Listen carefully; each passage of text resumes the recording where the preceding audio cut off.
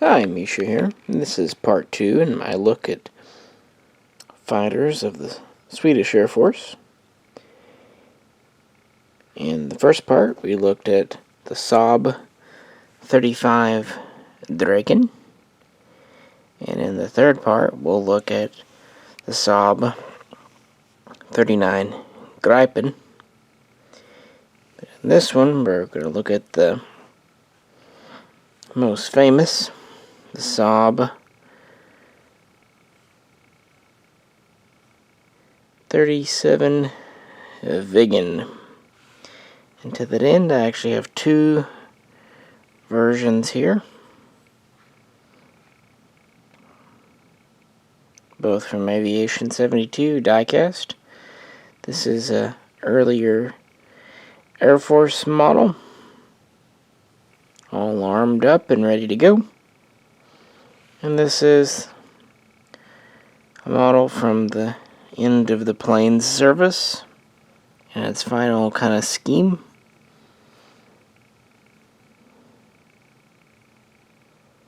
So yeah, the Viggen.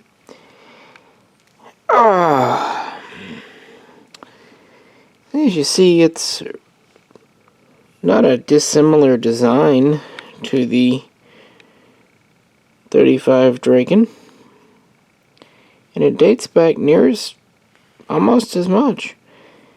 Right as the Draken was getting ready to go, studies for Sweden's next generation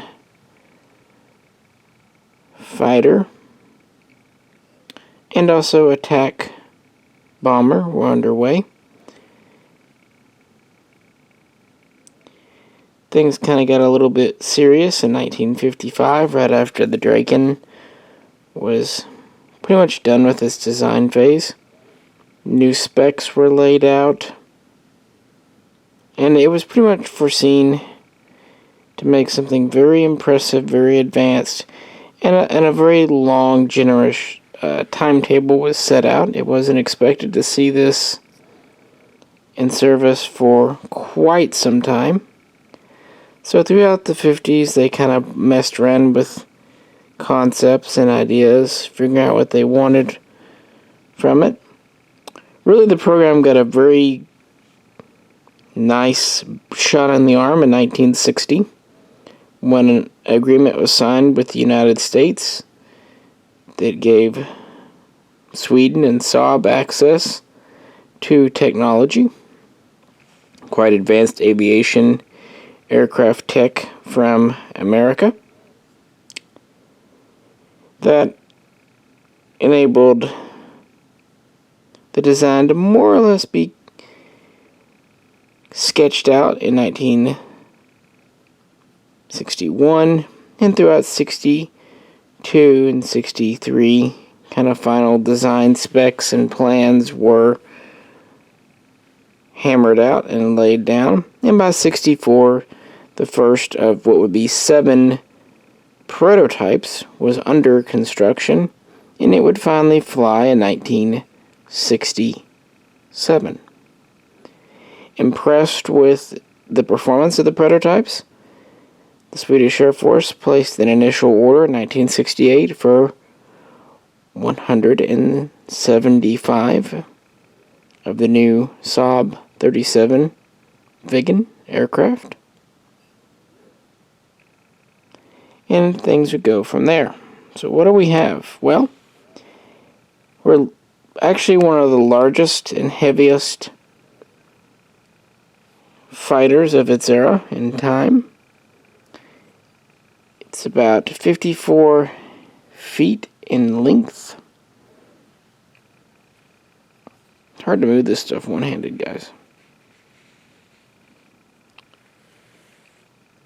With the wingspan of around 35 feet. It has a massive single engine. In fact, it was about the largest engine used in a fighter at the time. Very powerful. It had the very famous thrust reversal, which was done because, like the Draken. This was required to operate from short 500-meter or so runways, including highways and such, so they had to have a way to have short takeoff and landings, and that was one solution. This also has a double delta wing, and it also has canards in the front. In fact, this was the first canard fighter to go into full-scale production. Kind of made the design choice famous. We would soon see it used in Israel on the Kafir.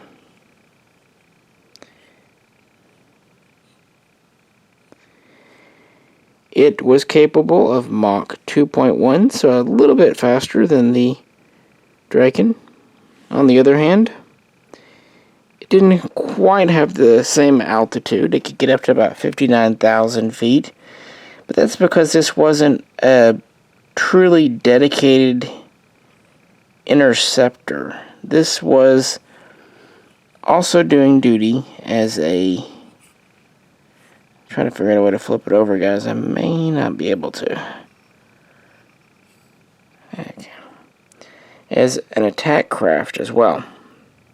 Now, the initial version, the AJ-37, was a fighter interceptor, but soon they would come up with ground attack capable versions, as well as a naval version known as the SH-37. It could hold up to 6 air-to-air missiles, or bombs, or rockets. It had one 30mm cannon.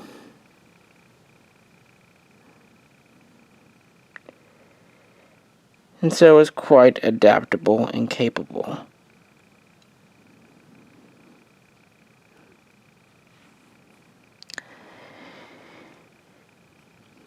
The production version, or I should say the production line, would start up in 1970 with the first production AJ-37 flying in early 1971.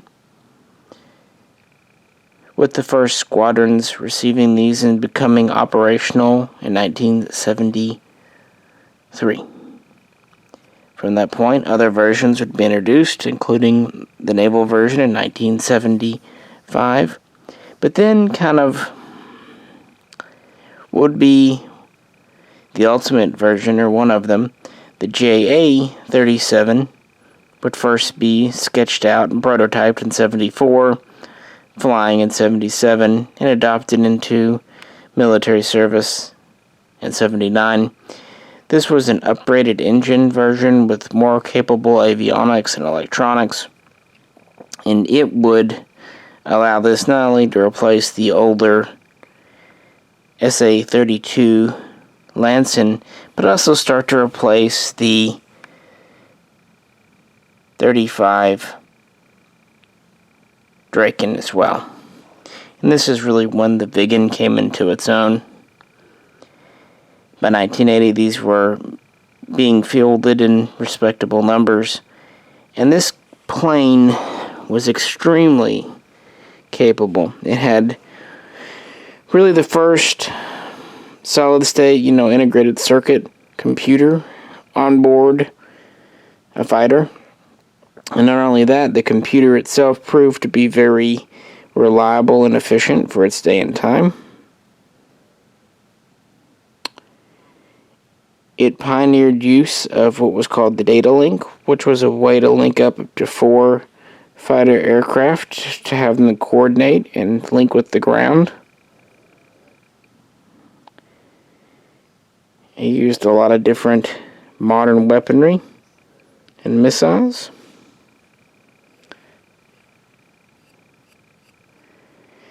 It was just all around a very advanced product for Sweden. In fact, it was the most advanced technological product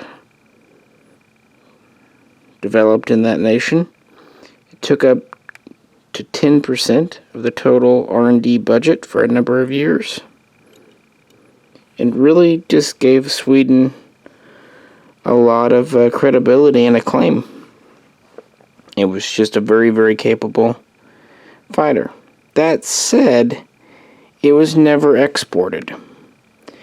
It did compete against the F-16, or I should say the YF-16 and YF-17 in America in 1975 during the Advanced Combat Fighter competition, but lost out there. India was also interested in it in 1978, but the U.S. blocked export because it was built using a considerable amount of American technical know-how. Originally, the Swedish Air Force thought to buy up to 800 of these in several versions and variants with the idea of a one-size-fits-all fighter. But even though it was very advanced for its day and time when it was first created and adopted, by the 1980s, newer, more advanced computers and avionics did kind of mean that the airframe had a finite service life. So they only ended up purchasing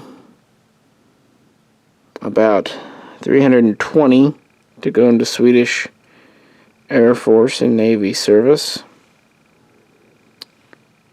and never fully replaced other planes. That said, it was far from a failure. In fact, this was the only plane able to acquire and maintain radar lock on the SR-71 Blackbird during its routine flyovers of Sweden, meaning its speed and electronics were very advanced and capable.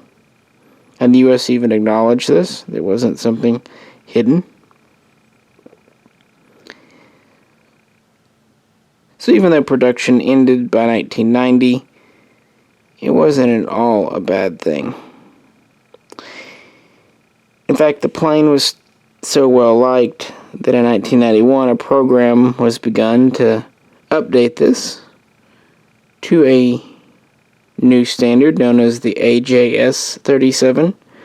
They would have your typical avionic and electronic upgrades, as well as working with the engines, just getting a little more life out of it. They would only do about a dozen of the Viggens with this new program, with the prototype upgrade flying in 96 and then entering into service a short time later. As I said in the previous video, by 1999, the Draken was out of Swedish service, leaving the Viggen there. It would stay in service until 2005, when it was retired out of active military use, except it was kept on as an aggressor trainer through mid-2007, at which time the few remaining Viggens were finally mothballed, ending a very respectable career, although one not quite as lengthy as its predecessor, the Draken. But because of how advanced it was and just its very unique design, it's a very iconic Swedish bird. So yeah, this is the show must go on model from Aviation'72. It's in kind of the final scheme where it just has one center line tank. Whereas this one here, as you saw when I flipped her over, is armed up with 5 missiles. It's in the typical Swedish color. Generally, I like this model more. The only kind of ding on it, though, is it has the basic cockpit, with just a seat and a kind of a bobblehead in there. The show must go on does have the full pilot, as it were. And it does have kind of that nice clean look underneath. And it has more of a slick paint finish, more gloss. This is very much a matte finish, even to the touch. I really didn't plan on having both, but that's just kind of how it worked out for me. I originally had picked this up because you really can't find the Aviation 72s much anymore, so that's what I could get. But then I found out that Pete's Collectibles had one of the Air Force Viggen models left, although it wasn't on his website. So I went ahead and just manually ordered it, called in. I figured having one with the armament would be pretty cool. Much like with the Draken, these are very metal, including the tail, the wings, the canards. What's funny is this is a bigger plane, but for whatever reason, it's very heavy still, but it's a little bit lighter, I think, than the Draken. Or maybe it's just that it's about the same weight, but a little more spread out. But really about the only plastic on it are the ordnance. I do like how the ordnance plug into these. It's a very secure peg system. They pop in nicely and should not give you any difficulties.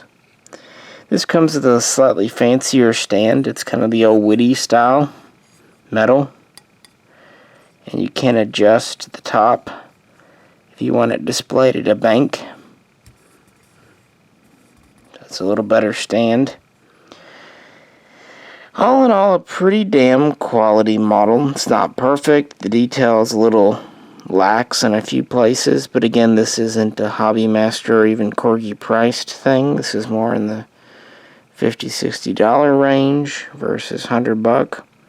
And the newer issues in it do have a full cockpit, whereas the older ones like this is issue 1, have a more basic cockpit. This is like issue 7 or 6 or something. But yeah, again, as I said in the first video, this was a supporter request, so who am I to say no? A rundown of the Swedish Saab 37 Viggen. Well, if you have any questions or comments, please do post them below. If you could, like, share, and subscribe. And also check in next time for my final video here. We would get into the modern Gripen from Saab. This is Misha. I'll catch you very soon next time.